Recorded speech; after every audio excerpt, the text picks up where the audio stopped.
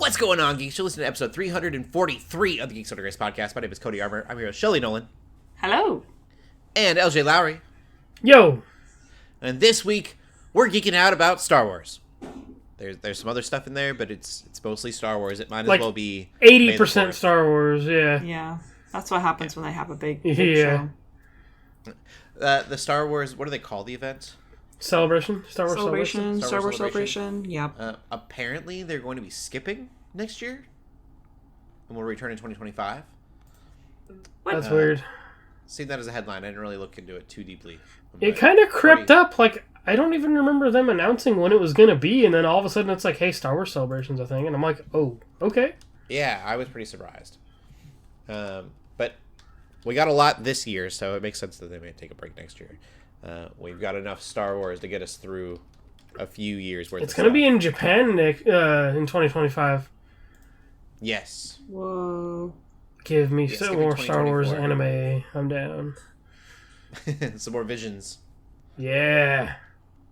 But yeah, lots of stuff coming out of it. We'll talk about that in a minute. I was gone last week. I was in California. Did lots of really, really cool things. Went to... It may not be cool to everybody, but I went to Bethel Church. And that was exciting to me. Everyone's got their own opinions on the church and stuff. But for me, I'm not incredibly charismatic. And the church is, I would say, fairly charismatic if you know anything about it. And so it's just really cool to get like a different perspective.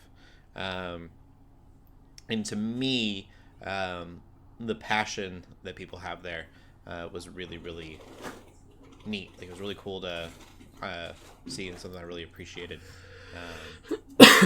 Passion, I think, is the best way to put it. There's some weird things about the church. Like, they have a coffee shop, so it's not just the church, right? It's like a full-on campus. They do school stuff and all that, and so they like sell coffee. Oh, church. yeah, Like, yeah. my church, I go to Life Church, so like, you just get free coffee all the time. But it's not just like normal coffee. It was like a Starbucks coffee situation. You would buy coffee, and then they had sandwiches and things.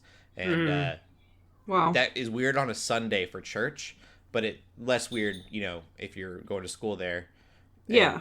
that's the closest place for almost like a cafeteria situation. Oh, interesting, yeah. Yeah, it was odd. I've got a lot of opinions. I won't share them here just because I know that they could be a bit of a controversial church. But I attended, and it was... I mean, it's always cool to, experience other churches and stuff like that. Yeah.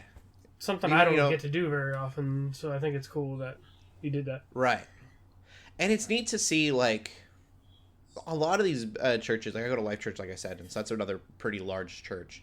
And Life Church does things so vastly different from Bethel. But then there's other things that, like, for me, I was geeking out about the production of everything. Yeah. And, like, most people aren't going to appreciate the production of a church. People might actually have the opposite. But, like, the camera work that goes into some of the things they were doing, and the soundboards, and they had to have had like 3 different pro presenters going on, or 2 different pro presenters, which for most people means nothing, but it's a software that's kind of hard to operate. And that all is really, really cool to me, just because I volunteer and I do tech booth volunteer work. And so it's just cool to have a place for people to utilize their talents to glorify God. But some of the camera stuff was insane to me. I was freaking out from a technical standpoint. That's cool. Yeah. We don't want to dwell on that much more. I went to the Redwoods, went to the beach, ate seafood on the beach. Yeah. It was overall a good vacation. Took a fall. Fall was fun. Wear a helmet. And I'll leave it. We get into the video games we've been playing. LJ, go ahead. I didn't get time to play games much at all. I played some Henefetal on my phone, which is a Viking chess-like game that I'm very bad at. That's about all the gaming I did. Cool. So I've been bouncing around a lot this week, but the thing specifically, I guess I'll talk a little bit about, because now that we got a bit of a connect with EA, I got the opportunity to review one of the sports games I'm reviewing EA Sports PGA Tour. It's the first time they've had a golf game since 2015. Usually, 2K has been dominating that sports section for a while in the last couple of years, but it's fun. It's really neat. The physics are very accurate. It's a really pretty looking game, especially like looking at like the courses and it's pretty solid if you like golf. For most of people listening to this, it's not going to mean much, but like it's something that like I play with like my family members and stuff like that. But like I've played a bit of golf games here and there. I know some of my family members are into golf, so it's like, let me check this out. And especially since we have that opportunity, I don't mind reviewing these sports games because I'm a casual sports fan. Like I'll be stoked hopefully to check out the new NHL game, hopefully, or I think it's called EA Sports FC now since FIFA broke away from EA, but Madden's going to be coming out again pretty soon. So it's like, what, I'll check out this golf game. I have a little bit of casual experience, but it's fun. It's good. Especially if you do follow that sport, there's different pros. Their shots are supposed to be like the way they actually play in the game is supposed to be accurate and to how they really play. And it's topical because the Masters have happened this weekend and all that, so it's fun. The other thing that I've kind of gone back to a little bit, I don't know if I'm gonna try and finish it before Tears of the Kingdom, but I did go back and mess around with Breath of the Wild again this week. Oh yeah. Because I've not finished it. Yeah. But I realized, so I thought I was almost there. I still technically am. I was on Thunderblight Ganon. Then that's like the third Divine Beast. I went and got the Master Sword, and I was a few hearts short from it.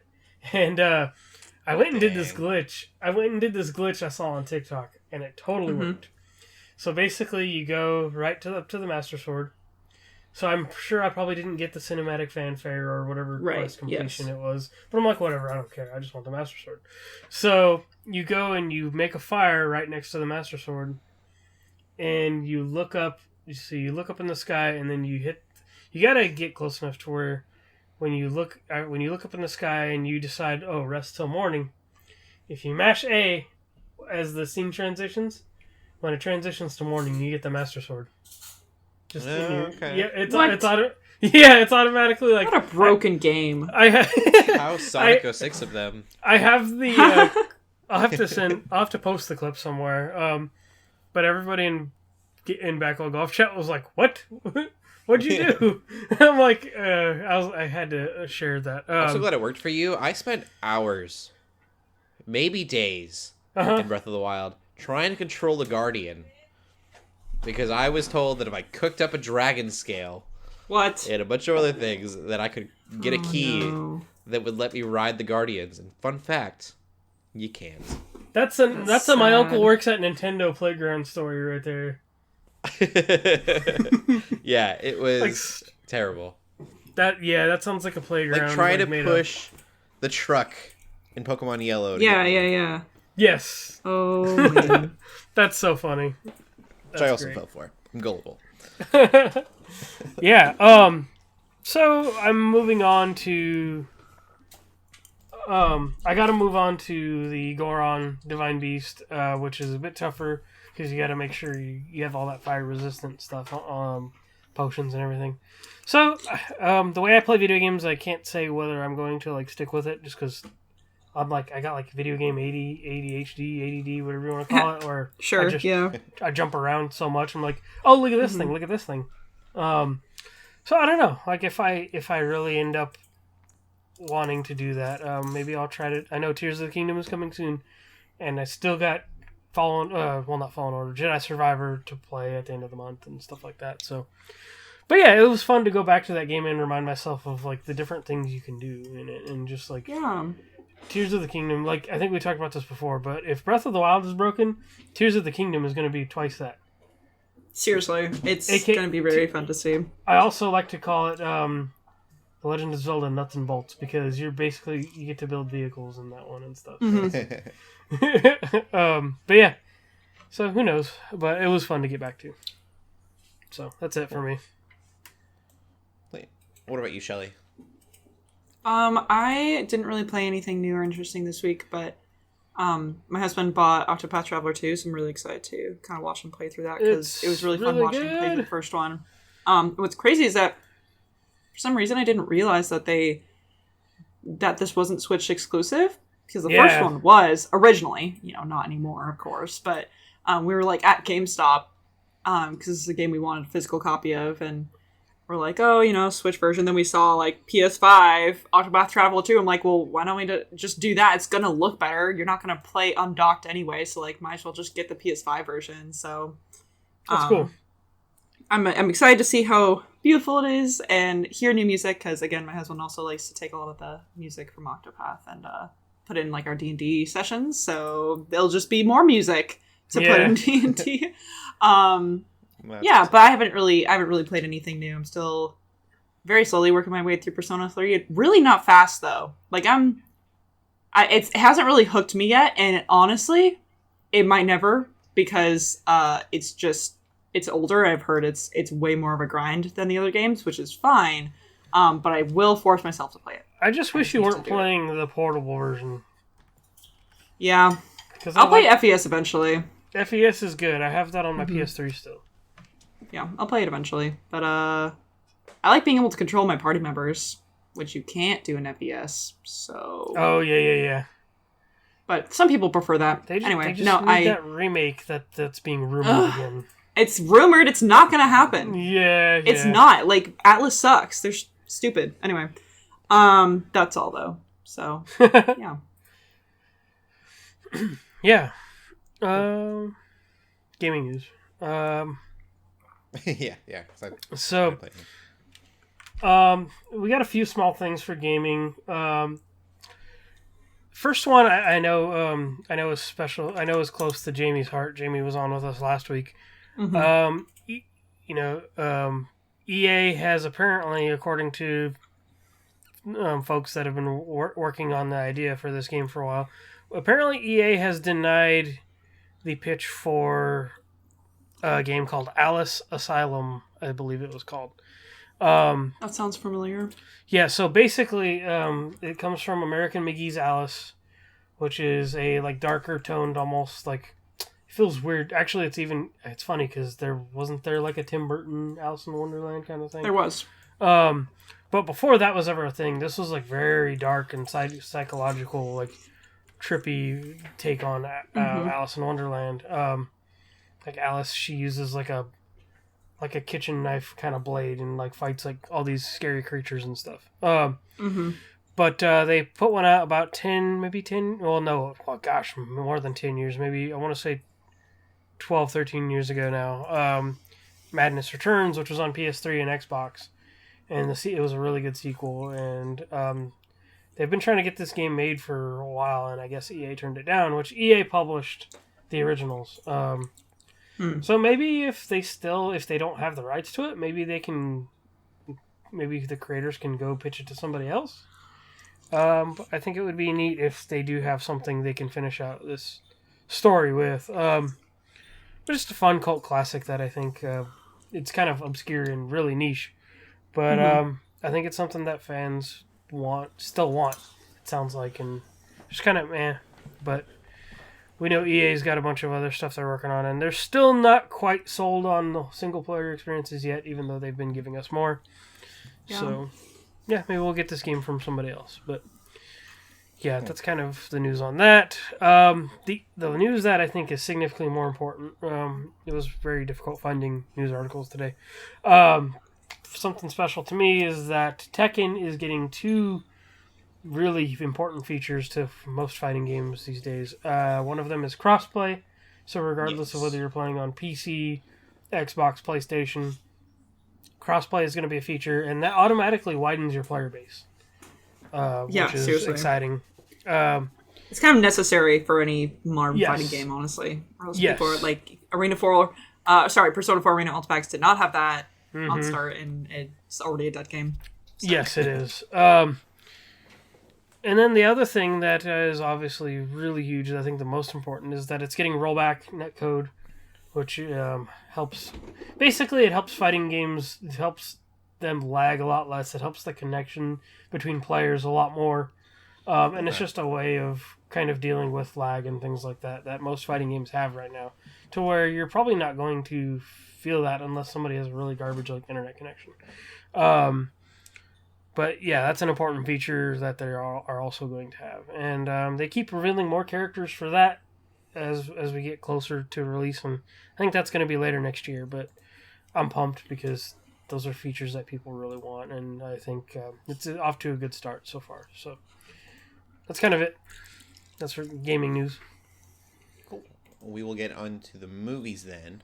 I've seen a ton of movies, but Shelley, go ahead. I haven't watched any movies. I didn't even Sorry. look. I watched a lot of show. I'll talk about that. No, it's okay. Cool. Did you guys watch the Mario movie or something? I did. Or did you guys watch? Yeah, you guys talked about LJ watched the Mario movie. I have not seen the Mario movie yet. Okay. I don't know what the Mario movie. Obviously haven't either. We'll see it, but I'm just kind of like meh. We'll talk about it in the news too. Go ahead, LJ. Yeah, I think this is one of those. I've been seeing this thing, and I'm like, come on, people! Now there's this group of people that are like, oh, y'all forgot that the original Mario movie that came out was actually good anyway. It's better than this, and I'm like, gosh, that's a load of dookie. Like, I'm like, come on, like that always happens. I'm just like, really, like it's this almost contrarian opinion where like something does really well, and then you get this group of people that's just like, oh, this is actually garbage, and I'm just like, no, it's always what happens. Honestly, every like piece of media, and I believe it's because people wanted this movie to fail because of Chris Pratt, and honestly, the voice acting like is not bad. Like, it's not. People were just so scared of hearing Mario have an actual voice, I think, which obviously, like, it's hard for me to say, like, what were they really going to do, like, anyway, with a voice, you know? I wanted Charles Martinet. Yeah, I mean, technically they could have had him do a different voice. He didn't have to do Mario's voice. He does. As high-pitched. He does play a... That's true. Because he does play a role in that movie. It's a very small role. But That's cool. But, like, honestly, like, yeah, but other than that, like, there's maybe one side character that I'm like, yeah, that doesn't really... I don't really care. It was Cranky Kong. There's news of that character being in there like early on, but there's so many side characters. That was one of the there. announcements, yeah. Yes, and I'm just like, I didn't really care for his voice, but other than that, like, I thought Charlie Day did a good job. Even Seth Rogen, even though he just sounds like Seth Rogen, did a really good job. Anya Taylor-Joy did a really good job. So I'm just like, and Chris Pratt was good too. I'm just like, I mean, it's fine. The movie it's really good. They kind of go super hard at one point. People are like, oh, it lacks a story. And I'm like, you don't really need to have this deep story or all these different things happening, you know, for it to be like, there's a story there. There's a plot. It's just not like super heavy. It's, you know, we're going to go do the thing that Mario does. We're going to go rescue, you know? Yeah, it's kind of... They do pack a lot in there. My favorite thing is there's just a lot of... Not like necessarily references, but even... I love in the audio and the music especially. There's parts where they don't really just... They don't get too on the nose and play tracks from like one of the video games. You hear like little notes of those songs within whatever like... whatever work the composer did, and I'm like, okay, that's clever. But then there's just other small things that I'm just like, there's stuff that I totally geek out about, and I know that other people are not going to. So I think this is another situation where you have something that's going to walk the line between the casual viewers and the super geeks like myself that are like, there's stupid little things that I'm like, I don't need to know this, but it's cool, it's there, it's fun. And it's honestly, I don't think there's anything aside from like them building out the plot of how Mario gets to Mushroom Kingdom that's like, it's all like faithful. Like, I don't really know like what isn't, you know? I don't know. I just think that the people that are kind of hating on this movie are the ones who wanted to hate it from before it even came out, kind of a thing.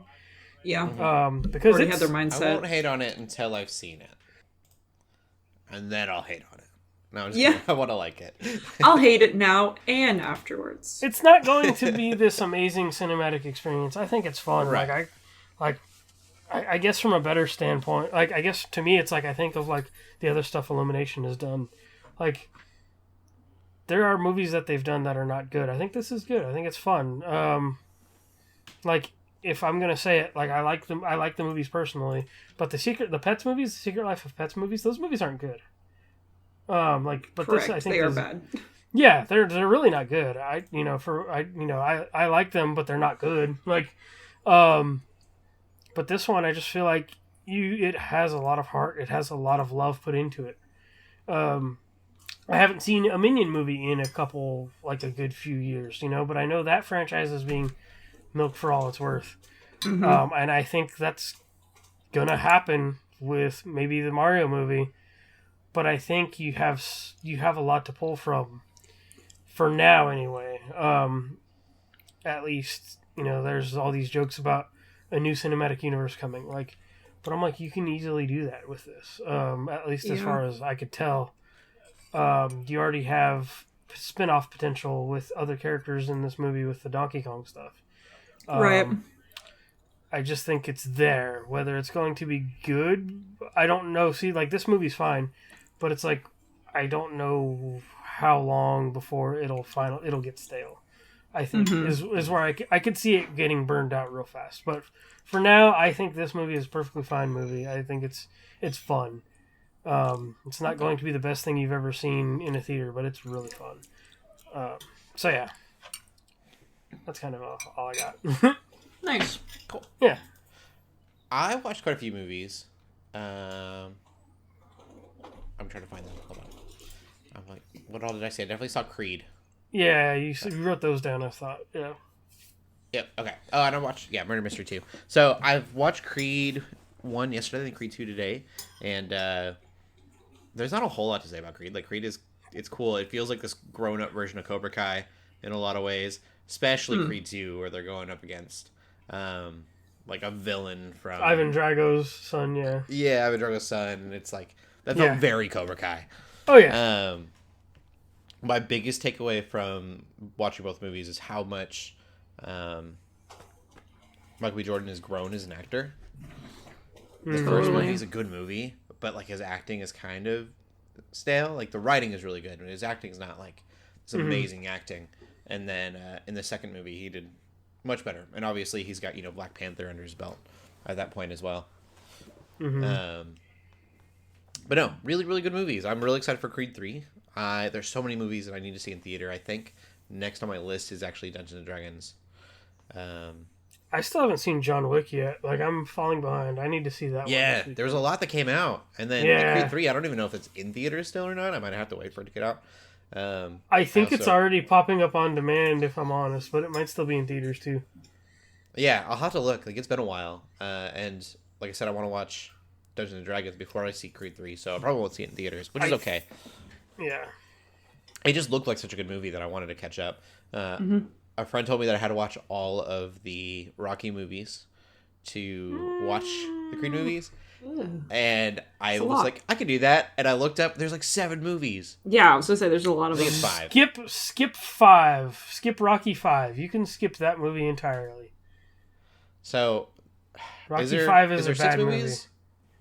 There's 6 of them, yeah, because you have Rocky 6. 1, 2, 3, 4, and 5, and then Rocky Balboa. Rocky Balboa. And I had seen Rocky Balboa and not really understood at the time. I was pretty young when it came out, and I just didn't really get it. I wasn't a kid, but yeah, I didn't know the historical significance of that movie. Yes, yeah, because that movie, the whole thing about how that was Sylvester Stallone's, he was a young actor. I don't even think he'd been in anything at that time, and he's just like, hey, I want to write this movie. And they said, okay, fine. Yeah, but I love that these movies have also been kind of his... There's definitely been a passing the torch, and I know that's not exactly what he wanted with Creed 3, but it was kind of cool to see this, He's really taken on a Mr. Miyagi role in this, and I think that was part of the reason that I had a Karate Kid feel.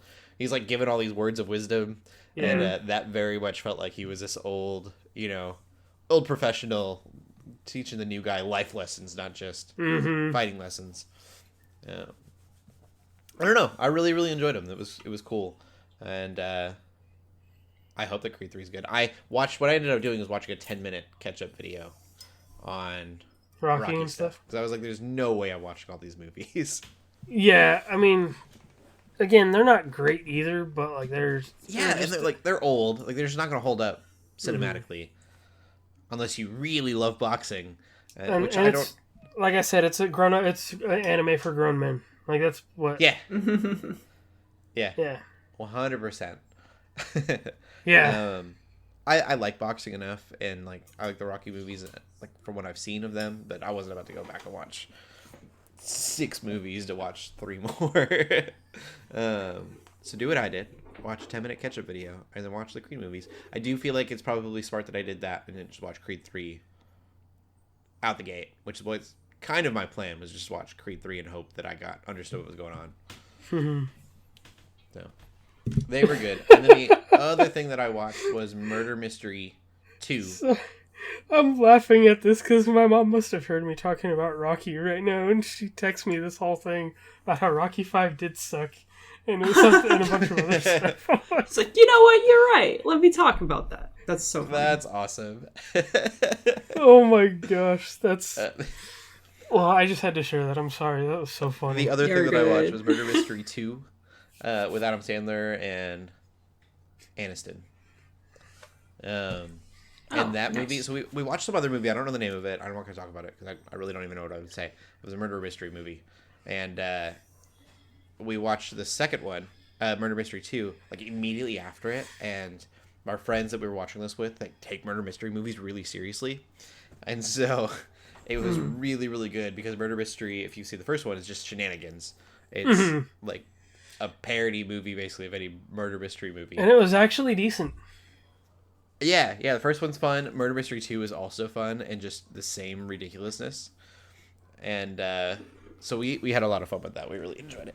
And that is on Netflix currently. So, and Creed, I should mention that. That's on HBO right now. Yes, both of them are on HBO Max, yep. Yeah. But that's all the movies that I saw. Nothing crazy. I haven't been to the theaters in a while. We almost saw Dungeons and Dragons while we were there in California, but literally every seat was taken. Wow.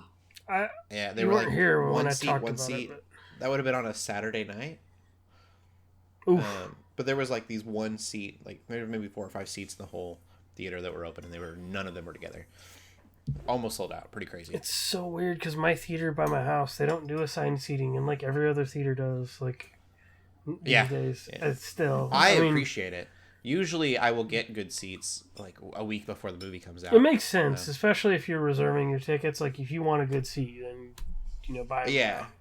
Yeah. We kind of did that on a whim. We were eating dinner. We got off the plane earlier. Got back to Reading is where we were before we thought we would, and so we had time to watch a movie and figured we would do that. It was that and John Wick. John Wick was full too. Theater was busy Saturday. But that all said, we can get into the movie news.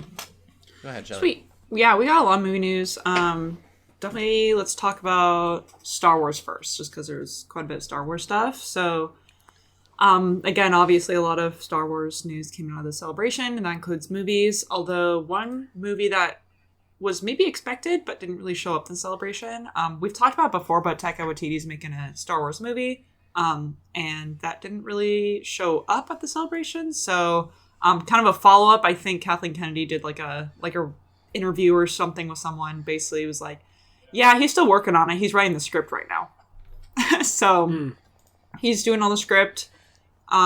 Which makes sense. And they're, I think, just letting him kind of like do his thing and take his time with it. Obviously, they have a bunch of other stuff sort of like I'm glad it's not canceled. I was actually kind of excited for that one. Yeah. So it's not canceled. So at least, if anything, that's good news. Is they confirmed it's not canceled, because a lot of times things will just get silently canceled, right? They'll just that's a bummer that Rogue Squadron was canceled, but I think that's because Wonder Woman 2 did so bad that they're like, I don't think we want Patty Jenkins on this. Yeah. Well, but anyway, Thor: Love and Thunder didn't do great, but true. That's a good point. It makes me. I'm glad they're giving him patient, like they're being patient with him too, as well, though, because I think that shows that Taika, if he's not in love with the project he's doing, Yeah. That he kind of rushes it and kind of like phones it in. So I'm glad that he has the time to kind of work on it and be passionate about it. Mm-hmm. Yeah, exactly. That'll be good, hopefully. So there's that, but then besides that, we don't really know like whenever that's going to be coming out or really any more production there, but we also have some other Star Wars movies that were announced. The first one that we are going to talk about is Star Wars New Jedi Order. So this is going to be a return of Daisy Ridley as Rey Skywalker. Sorry. Rey will be back. You almost said Rey Skywalker. Yeah. I'm like, yeah, no. Kind of. It's going to be taking place 15 years after Rise of Skywalker, which is kind of crazy to me because, I mean, obviously it hasn't been 15 years since that movie came out, and I don't know, they're just going to have to make Daisy Ridley look older, I guess. Or maybe they won't. Maybe they'll be just like, Star Wars aging is weird, which, yes, Star Wars aging is weird. Very. We've gone over this. It's very strange. So maybe I don't know. Mm-hmm. I'm just curious to see what that'll turn out to be, but especially with the name New Jedi Order, it's kind of goes without saying it's going to be about her trying to rebuild the Jedi Order. And again, it's going to be taking place after the sequel trilogy, which is kind of crazy because I don't know if anyone was really expecting them to do another movie after the sequel trilogy. I don't know. They're like, oh, the Skywalker saga, it's done. It's over. And I don't know. I think especially with how Rise of Skywalker was and just the sequel trilogy in general, I think all of us were okay with that. So I don't know if this is like going to be another. Forget about it. Yeah, I don't know if this is going to be like kind of a one-off movie or if it's going to. I mean, it is following the sort of main sort of I mean, a lot of their projects are canon, obviously, but just like when people think of Star Wars, a lot of casual viewers are obviously just going to think of like the main Star Wars series. Right, like, so the fact is.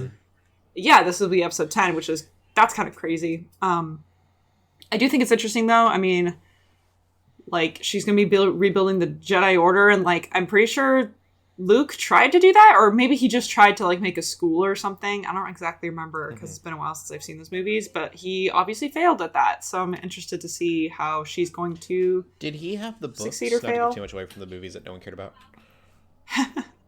Did he have access to the books? He had the books. Okay. I thought that's where she read the books at. The ancient texts. Well, yeah that's where she got them. Yeah. I'm hoping that maybe this will at least, if it's not like a numbered movie, if it'll at least, like, hopefully they'll try to correct some things and maybe develop Rey as a character. Yes. Yeah, I think I was having a conversation with some friends about... I'm least interested in this movie. Yeah. Well, yeah. We're having some conversations where, like, the characters themselves in the sequel trilogy are not bad. The characters that they, introduced, it was always the writing that was bad, right? Mm-hmm. And especially switching between directors obviously didn't help. And so made her a Kenobi. Yeah, these characters can still be made really good. There's good parts about all these characters. It's just they get thrown into situations that, or they make decisions that kind of go against their character, or they just say stupid things, do stupid stuff. So if you can like actually take this character and make them really good, then that's going to be really exciting. Again, like, I don't dislike Rey that much.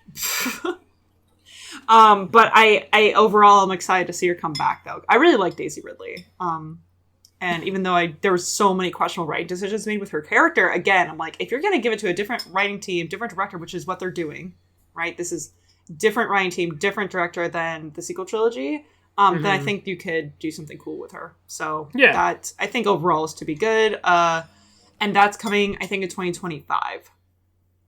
Mm-hmm. Actually, no. It says it's unknown if it'll be in 2025. I read the article wrong.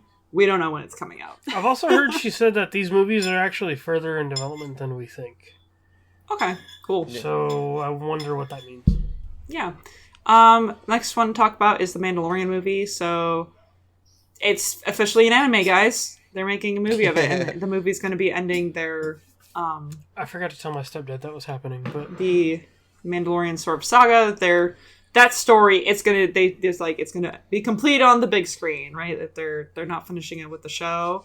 And I'm sure that the movie will eventually go on Disney Plus, so like people probably won't miss out. Oh yeah.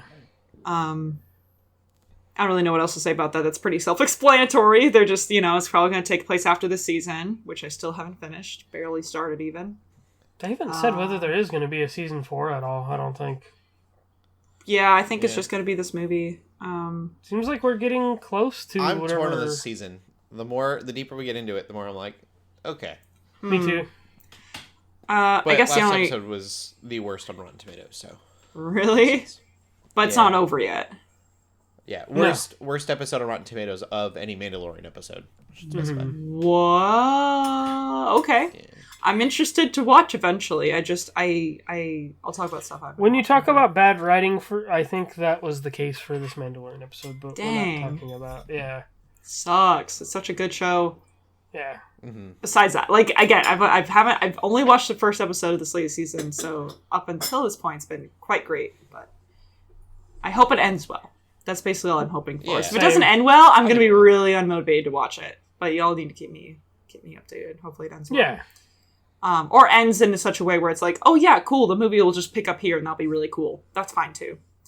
The other thing, I think the last thing I just need to mention about this movie, it is going to be directed by Dave Filoni. That's not like surprising per se, but I know that sometimes they switch like some of the smart directors with like some of the episodes, so it's going to be Dave Filoni, so that's promising, right? That's a good sign. If anything, that's like okay, he knows what he's doing. So for sure. Was that and then finally we have Star Wars Dawn of the Jedi, which I think is the most sort of out of left field movie that they've announced, and it's gonna be set 25,000 years in the past, so a long time ago. And just again with the name of the it's like all the names of these that they've given us, I'm like, wow, okay, it's very very straightforward. We kind of know what to expect. You know, Dawn of the Jedi. It's going to be about the Jedi kind of getting formed, the Jedi Order. Mm-hmm. And I think Dawn of the Jedi was comics. It was part of Star Wars Legends, which is again kind of crazy because Star Wars Legends, obviously, when Disney bought them out, all that stuff became non-canon. Mm-hmm. So again, it's cool that they're looking through that stuff and saying, hey, we like this stuff. We're going to take this, right? You know? They're using cool. Some of it. Yeah, because, like, I mean, even Thrawn being a thing in, like, Rebels and stuff is huge, you know? Like, so I'm excited to see what they're going to do with it. Yeah, it makes me happy that they didn't just throw it all away, that they're actually going through and being like, well, we like this, so we're going to keep this and keep their integrity. Hopefully, I mean, obviously they change things if they want to change things, but I think that, you know, there's good Star Wars stories that existed before that Disney buyout, and people want to see that, right? I'm sure there's people really excited about this one.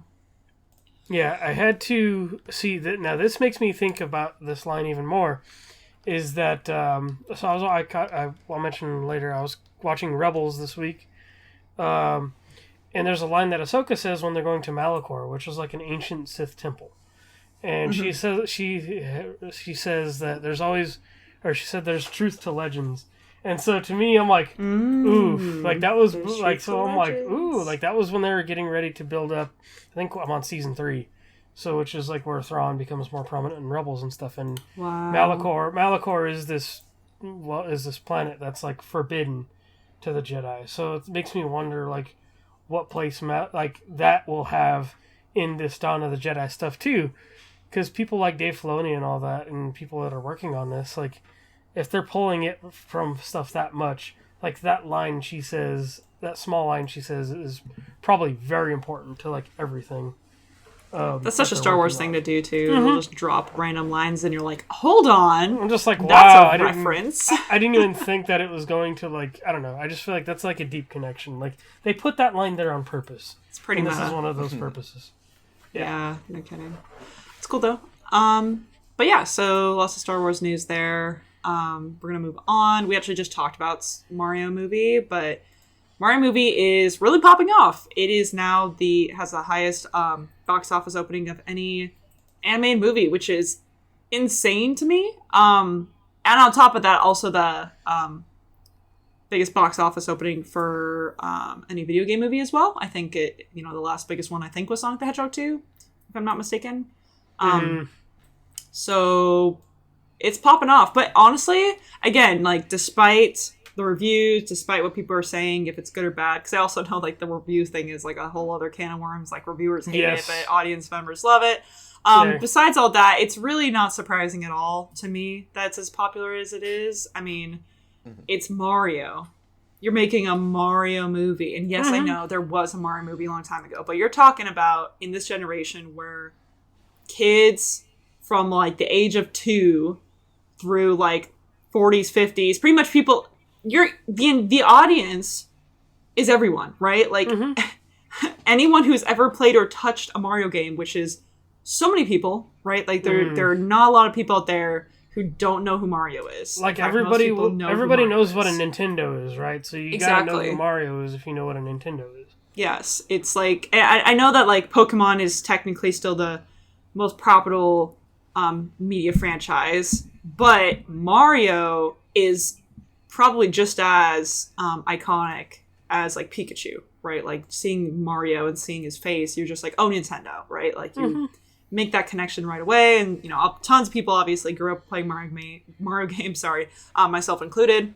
So again, it's really not surprising to me. But it's still like it's not surprising, but at the same time, it's like still crazy to think about. Like biggest animation movie, pretty much ever at this point. Like at least it comes when you judge it by the box office, which is insane. But then again, anime movies just aren't as respected as a lot of live action, which is really sad. But that's how it is. I'll say this: it kind of tripped me out when I realized. So Sonic 2 came out like a year ago, like almost like literally. But seeing like a Sega logo and a Nintendo logo before a movie is like kind of trippy. That is kind of trippy. Because there was a point where when we would first see the Marvel logo and go, "Oh wow," like so. It's true. It's just weird to think about. Like, are we entering this thing where video game adaptations are not only getting better, but they're like gonna be popular, for Sega and Nintendo, these two companies that when I was a kid, I'm like, I would never have thought like to see movies like this based on those franchises. Like, it's crazy. No, I fully agree.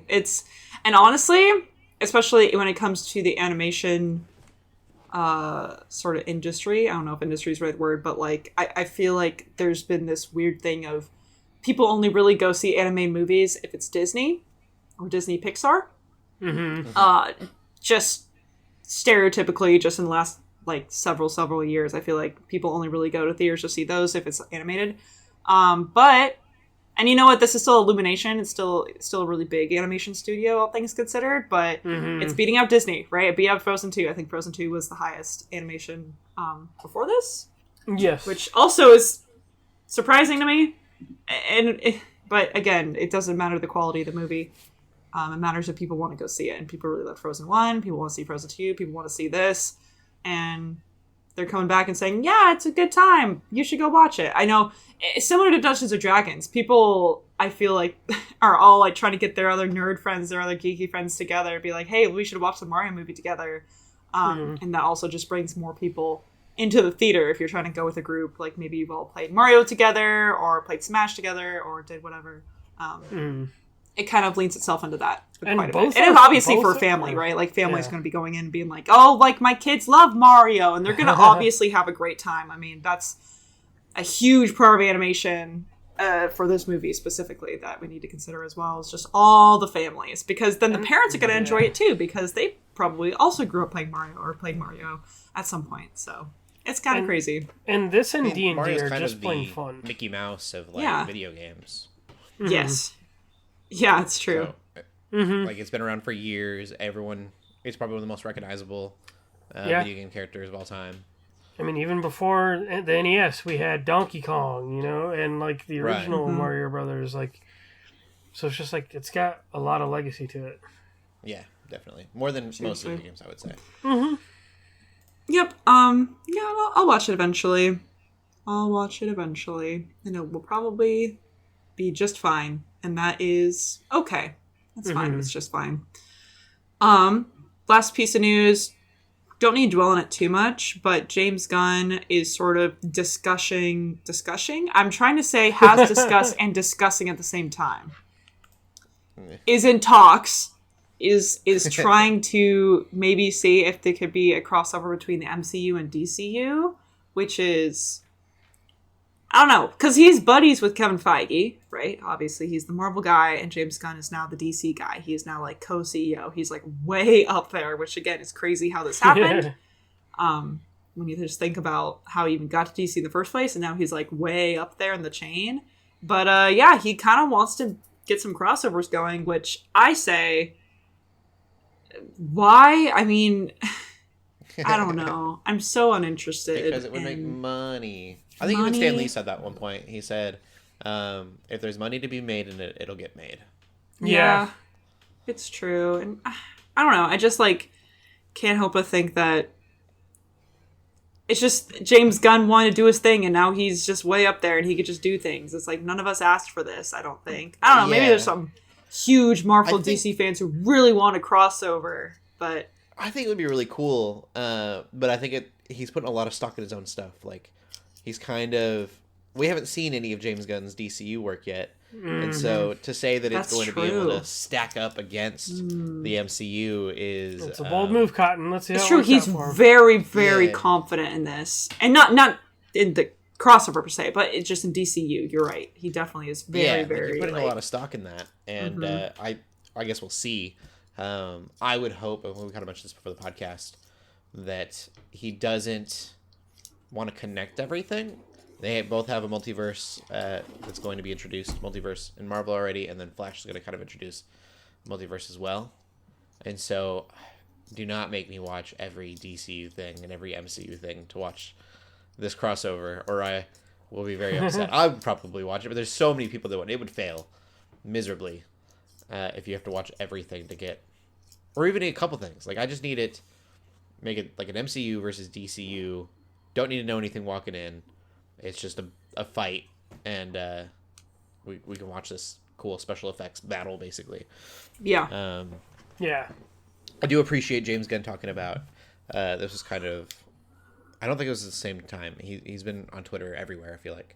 But he talked about superhero burnout, and he believes that there isn't superhero burnout. We're just not telling good stories anymore.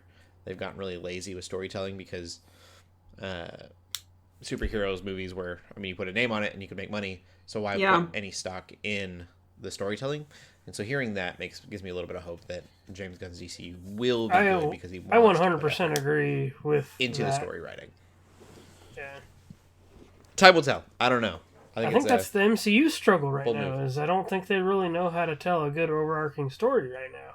At least as far as I know. I agree, for sure. Yeah. Yeah. All I know is that it's really hard to already keep track of two cinema universes, and trying to combine them in any capacity, I think is I don't know, maybe it's just me. I just think it's a little too much. But anyway, I just plus, if he really wants it to happen, Iron Man versus Batman, not like Iron Man's, spoilers, dead in the MCU. Oh no. Like like it's got to be the core Justice League versus the core Avengers. And, Avengers or something. Or I don't care about Captain Marvel versus Hawkman too badly. Yeah. Yeah. That's bad. That's a bad matchup. What about Guardians versus Suicide Squad? I don't know. There's also just different energies that DC brings and Marvel brings, and trying to combine them may not work, you know? I don't know. Yeah. I just can't help but think this is just something James Gunn wants to do, and he's friends with Kevin Feige, and he could just make it happen because he's just way up there. I don't know. It just makes me think, too, that, like, we didn't talk extensively about this point in particular, I don't think, last week. We talked a bit about the live-action Moana that's going to be coming out. That they announced, and, you know, specifically Dwayne The Rock Johnson announced it, and, you know, it's not too far of an assumption to think that... that he's like a really big part of it, that maybe he pushed Disney and was like, hey, like, I really want to do this because Black Adam didn't do well, you know, whatever reason, right? Or he just really likes to play that character. But it's just a matter of, again, he just like has all this power and influence to just like make these things happen that none of us really care about. And it kind of, I don't know, James Gunn doing this kind of makes me think that a little bit too. Or it's like, man, and I know this always is how Hollywood has worked. That's how everything works, right? Is just some big schmuck in power, has a ton of money, ton of influence, once something happens, it's going to happen. But I don't think that necessarily is a good thing, right? It doesn't lend to creativity, especially on Disney's part, right? It doesn't lend to really make the consumers happy most of the time. So I just have very, I don't know, I don't really care about this. But who knows, maybe it'll happen. That's it for movie news. All right, we will get into TV then. Shelley, you said you've been watching TV. Yeah, so we found a way to watch Persona 4 the animation. I will not describe the way, but we watched it. We watched all of it, and we watched... It's only like 26 episodes or something, so we just watched all of it this last week. We just had enough time to kind of chug through it. It's so good. Man, like, as someone who's played the game, I played Golden, technically, and this is just for Persona 4, right? It doesn't have the Golden stuff. There's a different show for that, which I've heard is not very good, but that's beside the point. But then, like, my husband, right, he has never played the game, and we both really enjoyed it. And it was really fun seeing just, like, the little UI things that they throw in there. There's, like, game UI that they throw in there. The way that they integrate the social links is in a really unique way because, and they kind of do make some creative decisions that are different from the game in order to, especially, for the social links, they'll usually try to, like, string a couple of them, like, together in a way that doesn't actually happen in the game. But at the same time, it's kind of like, how would this happen, like, in a show? It makes it more entertaining, right? Whereas in the game, you sign up for a job because you need a job. But in the show, it's like, well, he needs to have a reason to get this job, and something needs to happen at this job in order for it to be entertaining, because it's not a game, right? It's a show. And then that lends to just really amazing, hilarious antics that happen as well. There's this sort of 2-part episode. Well, it's 2 episodes, but it's like a 2-parter where everyone's noticing that the main character, Yu Narukami, I guess is what I should say, because I'm not saying like you the person, I'm saying you the name. He is acting really different, acting really strange, and Nanako, who is the precious little girl you meet very early in the game, who's essentially kind of like a little sister to you, is like, hey, like, you're kind of acting weird, like, what's going on? And she ends up trying to, like, investigate, which, again, none of this happens in the game. Like, it's an entirely sort of, like, original thing. But then, and you kind of, like, look into it. Then the next episode happens from Yu's perspective. And it's just, like, going through all these different, like, social links. And it's, like, all of them are, like, connected in a way that, again, isn't in the game, but makes it very interesting for the show. I think the way that they handled a lot of stuff was really good. And there are some things that there's lines just taken directly from the game as well. In fact, quite a few lines, which is expected. And I think good. But it's really entertaining. They made you like a real, actual, amazing character. Like, it's crazy for me to say, because before this, if you had to ask me my favorite Persona character, I would probably say either Senkichi from Persona 5 Strikers, he's still amazing, or Kanji from Persona 4, who's also still amazing. But now, considering the animation, honestly, Yu Narukami might be my favorite, because just from that representation of him, because in all Persona games, at least 3, 4, 5, I guess I don't know about 1, 2, and other 2, you're essentially a silent protagonist. You're not actually silent, but you can sort of make these decisions in dialogue. It's almost like, I mean, similar with, like, Dragon Age, right? It's like you can kind of sway a little bit how your character portrays themselves, but you don't have much control over it. They, for the most part, are sort of supposed to be a blank slate that you can kind of, like, become and, like, sort of meld yourself into. That's how a lot of these protagonists work, right? But they make him a real character in the show. He talks a lot, and he is so funny. He's just the biggest Chad. He's just the chattiest Chad ever. He's base. He's like literally the meme, like, of that guy with the big chin. That's just him. The whole show. It's amazing. That's cool. And it kind of makes you, playing through Persona 5, right? I never really understood why everybody loved Joker. I'm just like, wow, Code Joker, you're so cool. And I kind of like accepted it, but there's still a little bit of suspension of belief. I'm like, oh, okay, well, I'm the main character. I guess that people have to like me. Similar thing with like Fire Emblem Three Houses, right? Where it's like you barely talk. You barely have a personality, but everyone loves you for some reason. I guess because you're a really good listener. But in this, it's like And the same was even similar in playing the game, right? Where it's like, oh, everyone loves me for some reason, but I don't really know why. But then when you're watching the show, you're like, oh my gosh, of course everybody loves him because of the way he acts, the way he stands up for his friends, the way he has, like, emotional breakdowns. Like, he shows emotion, which is, like, crazy to me. I'm like, dude, he's, like, essentially a silent protagonist. Not literally, but essentially one. And here he is showing all this emotion, which is awesome. That's cool. So I would recommend it if you can get your hands on it or find a way to watch it. I definitely would recommend it if you're at all interested in Persona. The only thing is you just have to be aware it does come from a game. And so if you're watching it straight through as if it's just a regular anime, you're going to be really confused, probably. There's even, like, cut-ins halfway through the episode. They'll show where his social skills are at, which if you ever played a Persona game, you know that you have these different social skills you have to sort of level up as the game progresses. And so that's what's really cool, is that because you don't see him, like, you don't really see him going to jobs, you don't really see him doing these things that usually would up those social links, just because those social skills, simply because that would be probably boring to watch. Like, you don't really want to watch him, like, eating food or, like, doing jobs or, like, playing sports all the time. Like, it makes sense. It's not really that exciting to watch.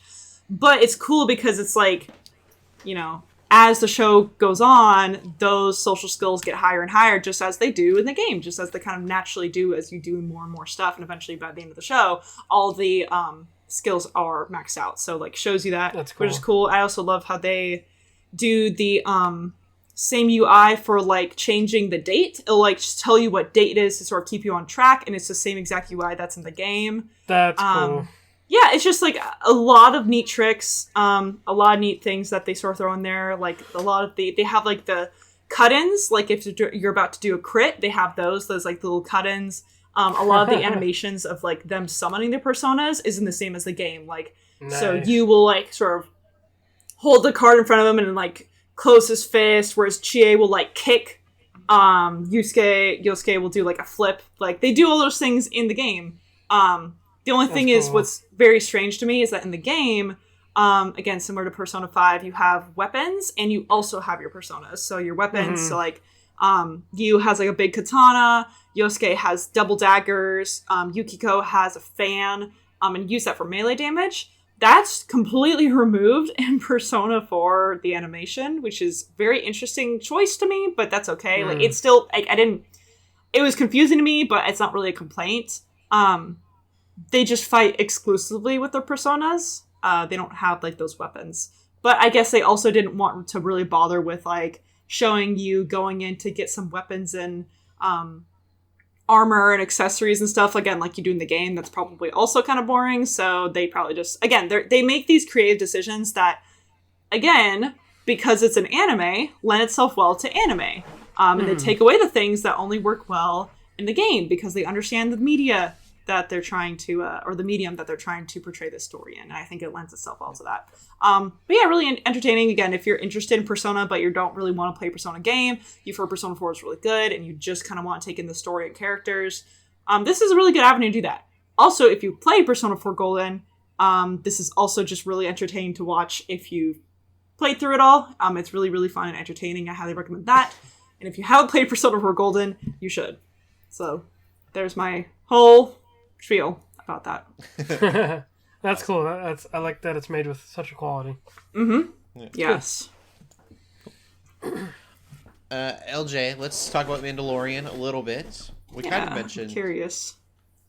It was the worst episode according to Rotten Tomatoes, and I really didn't mind it much. It left I think it ruined the season more than the episode for me. I look back at the season, I think, because of this episode, and I go, this season's okay. It's one of those things where we get 80% of, whatever the episode is, and then the other 20% is actually, plot movement. Mm-hmm. I think that's where I'm at with it. Also, there was It definitely felt like filler. Yes. So, that's kind of the way this season, I feel like, has been going. Part of it feels like filler. The other part is oh, hey, we're going to advance the plot a little bit. I didn't mind the concept of what they were trying to do with this episode, because it's it's, the people keep comparing it to a video game this season. It's we got to do this thing, but let's go do this first. Or hey, we want to do this thing, but oh, hey, we need you to do something. Yeah. And I don't mind, like, I enjoyed, like, the, like, idea of, like, what they were doing, because the concept of it sounded cool. But then there was just other little things that seemed kind of, like, written kind of, like, very cheesily, or kind of, like, just, I'm like, oh, yeah, that doesn't really make sense. Or, like, stuff that we just never have, like, to me, it's like, oh, that just sounds like something, like, in super cheesy sci-fi, not necessarily Star Wars. Like, Din and Bo-Katan wanted to be, like, they were doing this good cop, bad cop situation. Mm-hmm. But, like, it was like the writers didn't know which one they wanted to be the bad cop. Oh, no. They were both just, like, or good cop in that matter. Like, they just didn't have a role for either of them. So it was like... I think they wanted to depict ideals clashing, or, like, something. To be really broad about it, they have, Din does some stuff, and he speaks really well. And then, like, literally the next scene, Bo-Katan's like, let me do the talking. And it was like, but you just saw him succeed in talking, so what... Like, why are you the talker now? Right, yeah. Yeah. Just little things like that just didn't make a ton of sense. But I liked the buddy cop situation. I would love more space police. There's other details I don't really want to get into, because there's certain parts really hard to navigate that are important to the plot and the movement of the episode. I think all of the internet, we could probably say Jack Black and Lizzo was a crazy thing. That was weird. Like, Jack Black's in it? Jack Black and Lizzo. What? And Lizzo. What? Yeah. Yeah. And I don't like that. That's too close to Marvel for me. I will say, too, Lizzo did way better than I thought she would. She was... I mean, like, I heard that Lizzo was going to be in it, and she hasn't acted in anything that I know of, and I was like, it's going to be bad. But she did fine. Yeah, like, real emotions. It like, was not Jack just Black robotic felt like reading off he a was script. just Jack Black. Like, you know... Yeah. You know, like, not that he did anything, like, that was specifically, like, what he does, but he was just like, oh, he's a guy. You know, like... He almost could have been more Jack Black, I feel like he just kind of there as a face, and you're like, hey, I know that guy, and, like, that's about all of his personality. Lizzo played a role, and I think she played the role... Well, maybe I just don't know Lizzo very well. But, she did a good job, surprised. though. I was happily surprised with her acting skills. This is what I got worried about whenever they started doing cameos in the first place, because I'm like, not okay, amazing, now, just good. I'm like, okay, now, like, you're gonna just start doing cameos just to, I don't know if you want to bring people in, like, somebody said it well, I think in our spoilers chat. This season feels very, like, I don't know if it was rushed or very corporate influenced.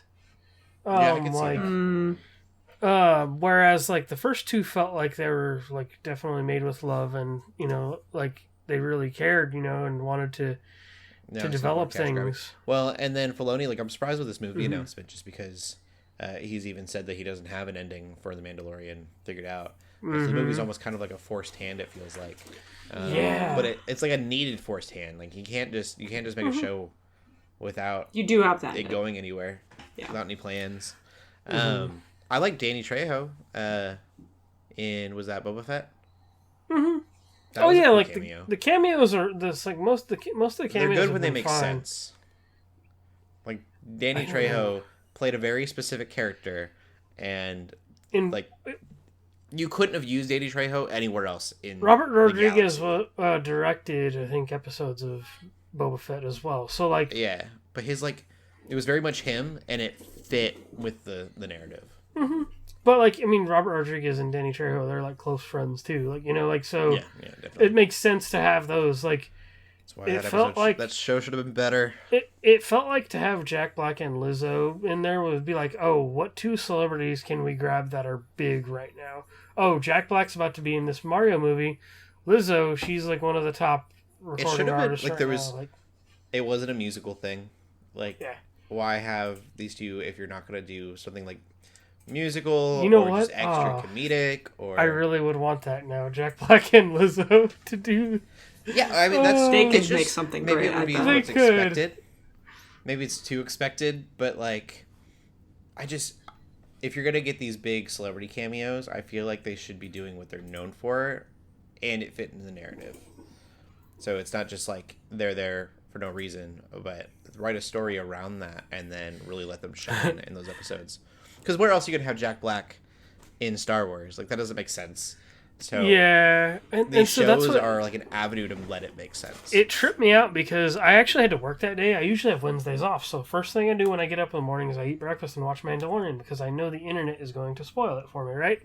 So then I was scrolling through at work that day, and we had a slow point, and it said, and then I saw that headline about Jack Black and Lizzo, and I'm like, what? I was like, wait a minute, am I reading that right? I would want more Danny Trejo cameos and less. And it's not just a bad episode. It's not a bad episode because of them. There's a lot more. Right. There's a lot more to it. But very little to do with them. I feel like exactly. More about the storytelling. But I don't know. We'll see. Well, the season's not over yet. Maybe I'll be blown away by the end of the season. I just, as of right now, going, man, this is kind of a weak season. Too bad. I mean, I didn't even like the first episode, but I was like, I'll probably go up from here. Yeah, I mean, I definitely wouldn't say stop watching. Like, it's not worth watching. Sure. It is better than Boba Fett by miles. See, that's what I was going to say. Point. I'm like, Boba Fett, we said to straight up skip, except for like the 1 or 2 episodes. Yeah. This is, I mean, it's not the strongest, but it's still fun. Yeah. I'm like, I want to know a lot about what happens in that very Andor-esque episode a couple episodes ago. Which they've kind of shown little hints or they're like characters drop feeding us. So I'm like, okay, what are you gonna do with that? You know, yeah. I think what I really just want was more Andor, if I'm being honest, but that's okay. Which, anyways, we're getting season 2 of that. Yes, a couple years. Mm-hmm. Next year. And then LJ, you watch a little bit more Star Wars stuff. Yeah, so I feel myself getting, because of all this Star Wars news, I feel myself getting on a Star Wars kick again. But mainly because they say, like, apparently Ashoka is going to be this Rebels sequel by proxy of her, like, of her character. Because I've only seen a couple episodes of Rebels. I didn't know it for a long time until I started watching the show more in past years, but she has a very big part in Rebels as well. And the more I watched Rebels, I'm like, okay, yeah. So I decided, I'm like, okay, I'm going to go back and keep watching more. I didn't realize I was almost halfway through the show itself because there's only 4 seasons. And I was on episode 17 of like season 2. And I think there's like maybe like 19 episodes or something like that. So I was like a few episodes away from like the finale of it. And season 2 has a big finale. I think there's even, so like usually, I mean, I guess we've experienced this with like Dragon Prince and like Fire Emblem and stuff. Yeah. The time jumps, there's usually big things happen before a time jump. And season 3 seems to be like, that's where now we've made the transition.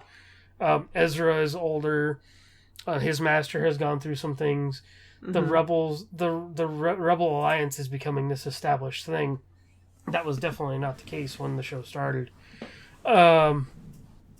But I'm watching this because I'm like, what they said in spoiler chat, how apparently 80% of that Ahsoka trailer you won't really get or have an understanding for if you haven't watched Rebels. So I'm like, okay, I'm gonna go back and finish this show and then watch the Ahsoka trailer again. Nice. Okay. Yeah. So I don't like, and then there's so much to it. There's already been teases of Thrawn in the Ahsoka show, and apparently he's got a big part in Rebels, which I feel like I'm getting to that because he's appeared in a couple of the early episodes of season 3. But I'm still waiting to be like, ooh, why is this character so revered? And I don't know if Rebels is gonna, like, I'm sure like he'll be good in Rebels, but I know it's also those Legends books where, you know, that was pretty much like a whole other sequel trilogy that wasn't like made into a movie apparently. Mm-hmm. So I'm hoping that Rebels can satisfy that, because if not, then I'm gonna be like, oh, like this, what's so special about this guy? You know, because even Ahsoka in The Mandalorian, she seems like she's tracking him because I don't know if she's afraid of what he's gonna do or how big and bad he is. So like that's what I want to see. Like I really want to see Thrawn. So yeah, I'll be watching more. I'm gonna try to. gonna run through it pretty quickly. I think here, since it's like getting to the real good stuff now. So, cool. Yeah, that's kind of where I'm at with it, though. Okay. The other thing that I finally started watching is My Hero Academia. Yeah. 5 episodes in, but I'm hooked. It's good. I think I was actually really surprised the first couple episodes, the stuff with All Might and everything. I was just like, oh, this is actually really interesting right off the gate. I figured it would kind of have to build up and be interesting later on, but we'll see. I don't know. That show moves at a pretty good pace. I feel like, at least the seasons I've seen. Yeah, the first season so far, there's been a lot going on, so I need things to move fast. I want to get through this quickly. Yeah, I think it's got really good, and maybe I'll get to a point where I want to watch it. Right now, I feel like I'm doing homework. Still in the build-up phase, yeah. Yep. Mm-hmm. Yep. But I'm excited. We'll see. It's good watch. It's better than My Little Witch Academia.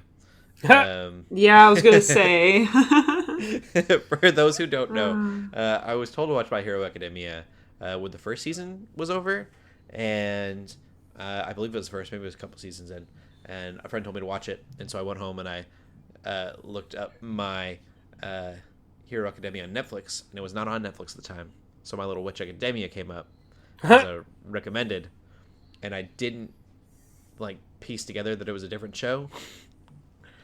And That's funny. So I watched all of My Little Witch Academia, which looked great. Great show. It might not even be But mine. just It might different. just be Little Witch Academia. Yeah, it's definitely is more kiddish till the end. It's a little bit more lighthearted and fun, and it's not the best anime of all time like many people claim My Hero is. I'd say My Hero is not even. Yeah. I was gonna say, people say that about My Hero. That's the know. most Yeah. shonen of shonen animes right now. It's Yeah. Yeah, and see, that's not something that I'm super into, so it's so hard for me to get into it. Yeah. Well, don't force yourself. I mean, watch a couple episodes, but if you're still not liking it, then It's okay So to far, say it's you okay. don't like Watch it, something. It's perfectly fine. did you ever So watch far, it's Haikyuu? No. Okay, that Is that the one. basketball one? That's the No, the volleyball basketball one is the one I watched. Volleyball, okay. That one, technically, I think also Gosh. is, but The basketball That one's actually really anime might be almost more shonen than My Hero Academia. That show gets so stupid and cheesy and in the best way possible, mind you. But it's just that's a shonen. Probably my favorite anime. There's a few of them. My list would be Full Metal Alchemist Brotherhood. I think is a must watch. Violet Evergarden. Which is not what most people would think when they think anime. Your Name's my favorite movie of all time. And then I really like Seven Deadly Sins. Seven Deadly Sins probably would be shonen, right? Yes, that's a bit. Yeah, the Seven Deadly Sins would easily fit in the shonen category. Yeah. But I don't think of. I mean, FMA, I guess technically is. It's so story driven that I don't really think of it that way. I don't. Yeah. So I think when I think of shonen, I think of the big three. Obviously, One Piece, Naruto, and Dragon Ball Z. Those are And yeah. I'm not into any of those. I'm kind of like Dragon Ball Z. I watch the movies. Yeah. But One Piece and Naruto, I can't stand either of those shows. I like Naruto, but it's even I watched Naruto, but that was kind of a chore, and even watching Shippuden, I was watching through it, and I keep giving up, and I keep just abandoning it, and then I'm every once in a while, I'm oh no, I should watch more of this, and then I forget where I am, then I have to restart, and then it's a That's what bad happened cycle. to me with Shippuden. That's what I I mean. imagine it's someone Shippuden, was yeah. holding their heart as they listened to that. They were like, "What? You can't not like."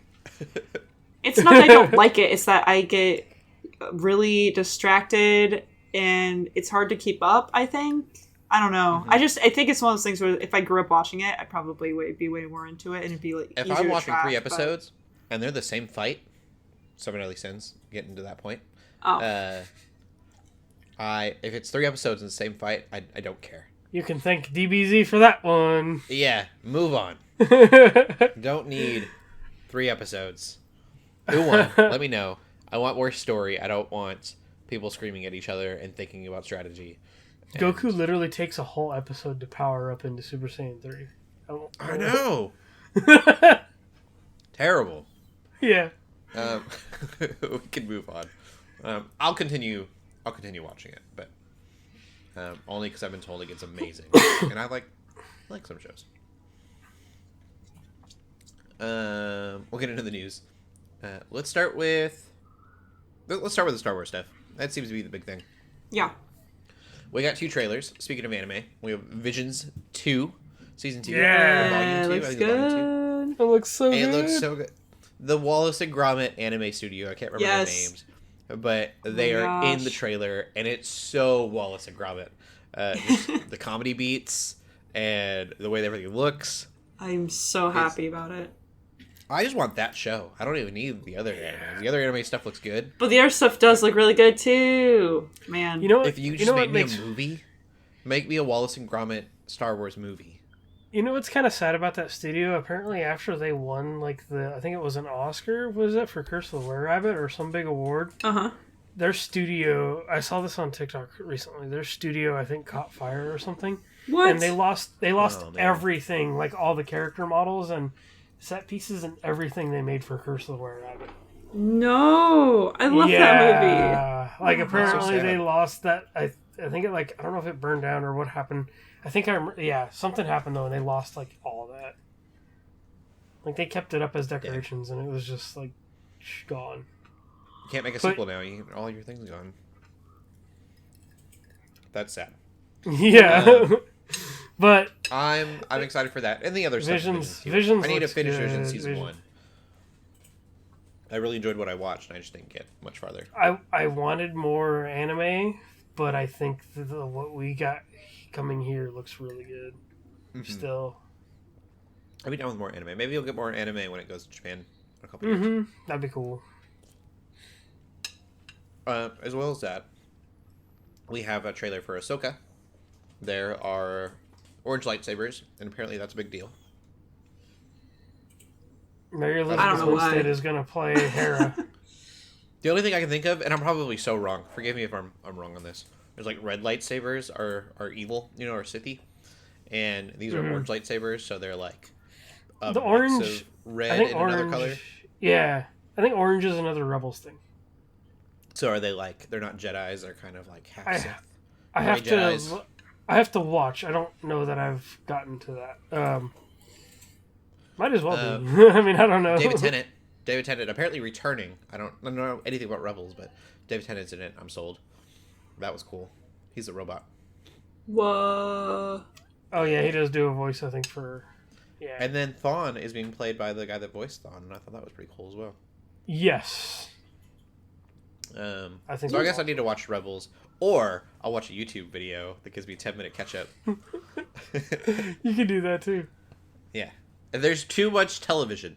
I can't keep up with anything, so YouTube abridged, that aren't comedy abridged, are saving me.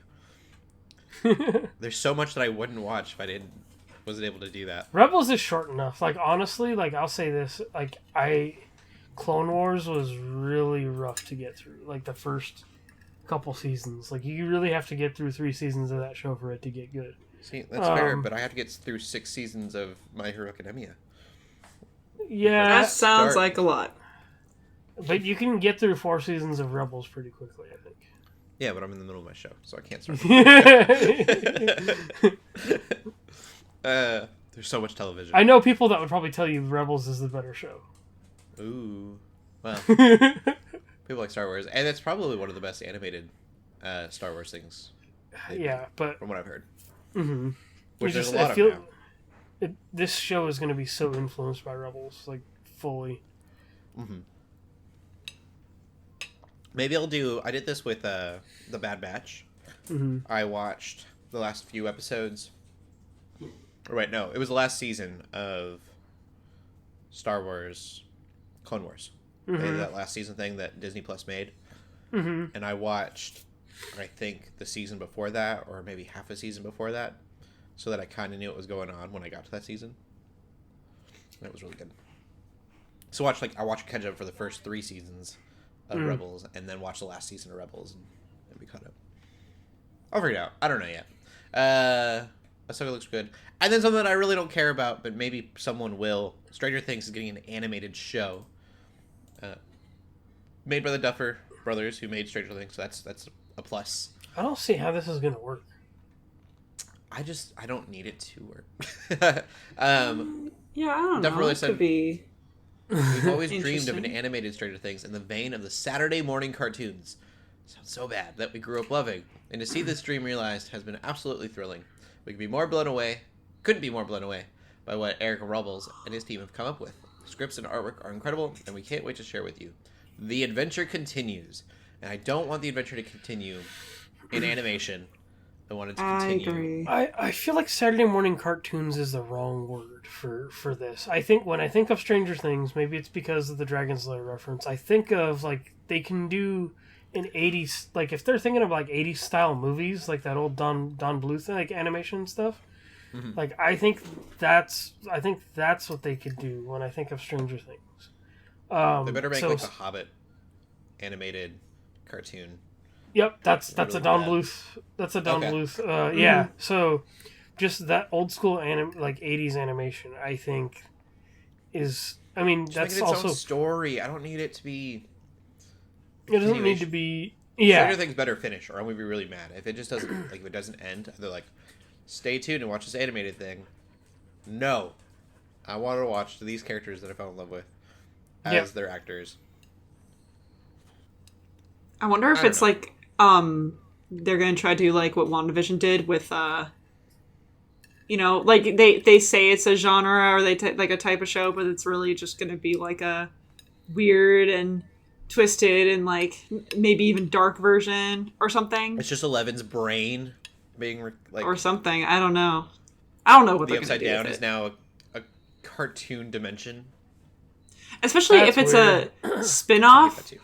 Like my thought is it would still have to be focused on like one or multiple of the characters, because like people watch Stranger Things because of the characters. Like the rest of the world building is somewhat interesting, but it's fairly rudimentary in the sense of like, oh, there's just another world that has like monsters in it, right? So it's like if they're gonna do a spin-off, they have to, the reason people are invested in Stranger Things is because of the characters, right? So that makes me wonder. But then again, it's like I also don't want them to continue their story past where it should be, and well, I don't know what they're gonna do. I think that's my biggest worry is Millie Bobby Brown said that she's done after this season. She was like, I don't want to do anymore. They've offered her more, apparently. Totally fair. And she was like, this needs to end. Yeah, good for her. So if they're like, cool, well, we'll make a cartoon then. And I know some of those other actors have worried about like are they going to have a career after Stranger Things? Like, yeah. So that's, I hope so. Yeah, but They will. But I don't know. That's kind of where we're at with that. It's not my favorite thing, but it is strange. oh, It's a thing. it is a thing for sure. had to sneak a pun in there somewhere. We'll end the podcast there. LJ, where can they find you at? You can find me on Instagram, Twitter, TikTok, and Twitch under LJ the Paladin. And Shelley? You can find me on Twitter at TheShellShock24. Cool. And you can find me on Instagram at Cody Armour. I've posted a stupid amount, probably an annoying amount of pictures from my vacation. Some of them are pretty good shots, I think. They were, yes, I agree. They were really good pictures. Thank you. It was a lot of fun. So you can find me there. I probably won't post for a while. Now need a break, but it was a lot of fun. Keep gaming, keep praying, and God bless. Bye bye. Peace.